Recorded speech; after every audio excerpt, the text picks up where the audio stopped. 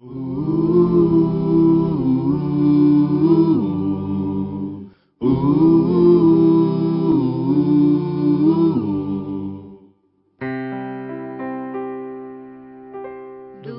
teu falar,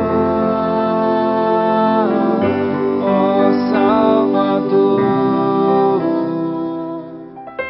jamais vou duvidar, é encorajador. Alimento Diário, Série E. Nossa missão à edificação do corpo de Cristo. Título do volume 1. Deus escolheu você. Autor Pedro Dong. Título da semana 2. Bênção espiritual nos lugares celestiais. Segunda-feira, ler com oração Efésios capítulo 5, versículo 32.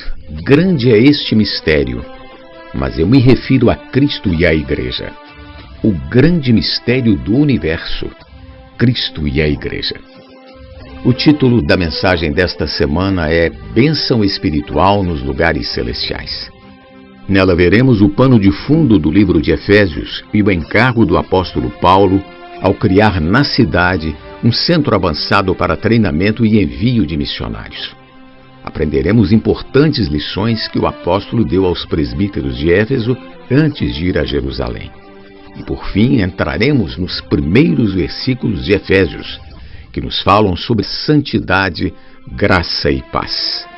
Que o Senhor nos abençoe e nos conceda espírito de sabedoria e de revelação para entender e praticar palavras tão importantes.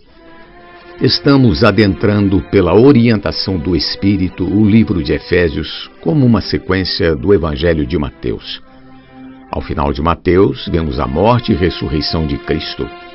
O último capítulo do Evangelho de João registra que Jesus apareceu no mar de Tiberíades a Pedro e outros 6 discípulos. Sua intenção era treinar seus discípulos para se acostumarem a conviver com sua presença invisível. No último capítulo do Evangelho de João, Pedro e os outros 6 que o acompanhavam foram pescar. Provavelmente por já estar com fome, que é uma necessidade urgente do homem.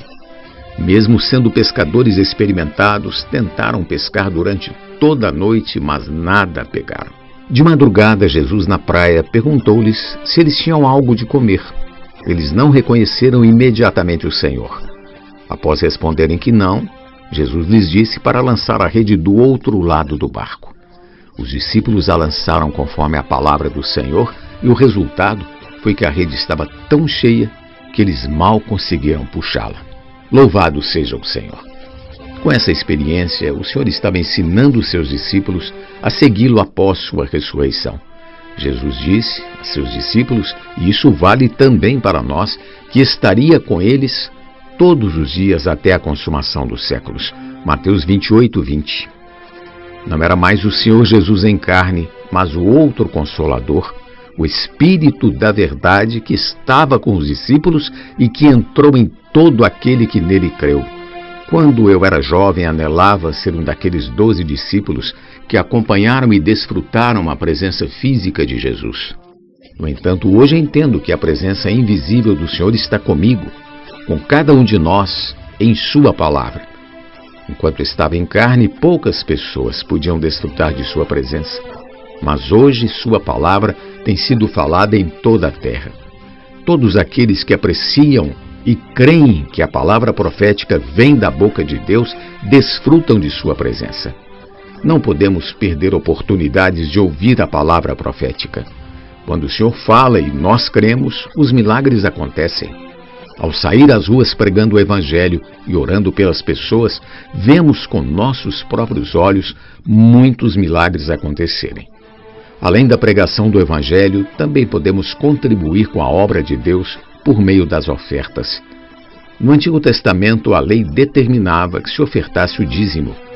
Hoje não estamos mais na era da lei, mas na era da graça, a qual não deve estar aquém da lei, e sim além dela. O Senhor nos tem suprido abundantemente em todas as nossas necessidades, principalmente as materiais. Devemos ofertar para as necessidades da igreja e da obra com um coração alegre e sem miséria. Se tem dúvidas, ore ao Senhor e Ele colocará em seu coração o valor a ser ofertado. A oferta de riquezas materiais não é só para as necessidades da igreja, mas primordialmente para a expansão do Evangelho em todo o planeta.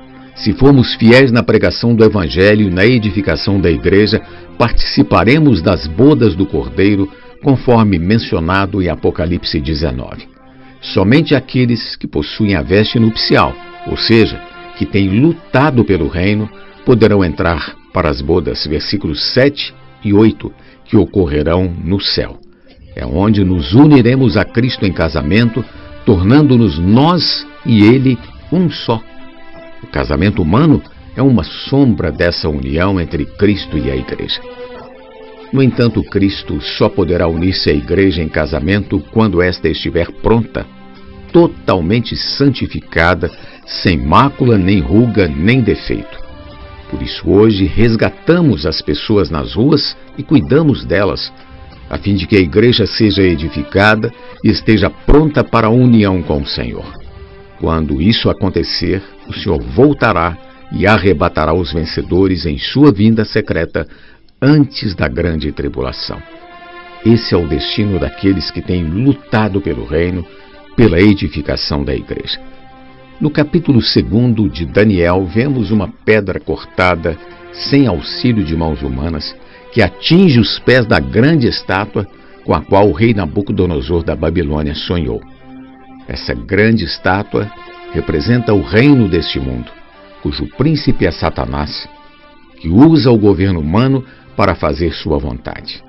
Após o casamento com Cristo, a igreja, como essa pedra na visão de Daniel, seguirá o grande general na última batalha, a Batalha de Armagedon, a fim de derrotar o anticristo e todos os seus seguidores.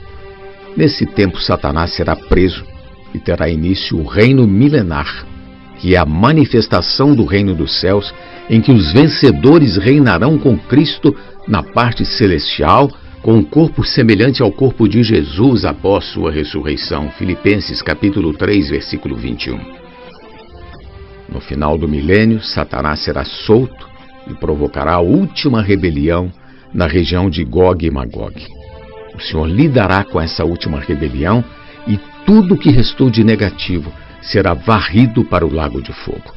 Após isso, Cristo entregará o reino ao Pai e chegará à Nova Jerusalém, que será uma cidade quadrangular, com a mesma largura, o mesmo comprimento e a mesma altura.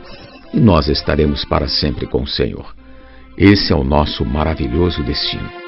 Pergunta de hoje: o que representa a pedra cortada sem auxílio de mãos na visão de Daniel, capítulo 2? Leitura de apoio: O maravilhoso convite de Deus ao homem, capítulo 2, autor Pedro Dong. 40 lições essenciais para a vida cristã, volume 2, lição 10, editora Árvore da Vida. Jesus é o nosso amado Senhor. Do teu falar, ó Salvador, jamais vou duvidar, é encorajador, fiel me faz andar, faz tua glória eu ver, o mal vem derrotar. Fiel me faz andar, faz tua glória eu ver, o mal vem derrotar.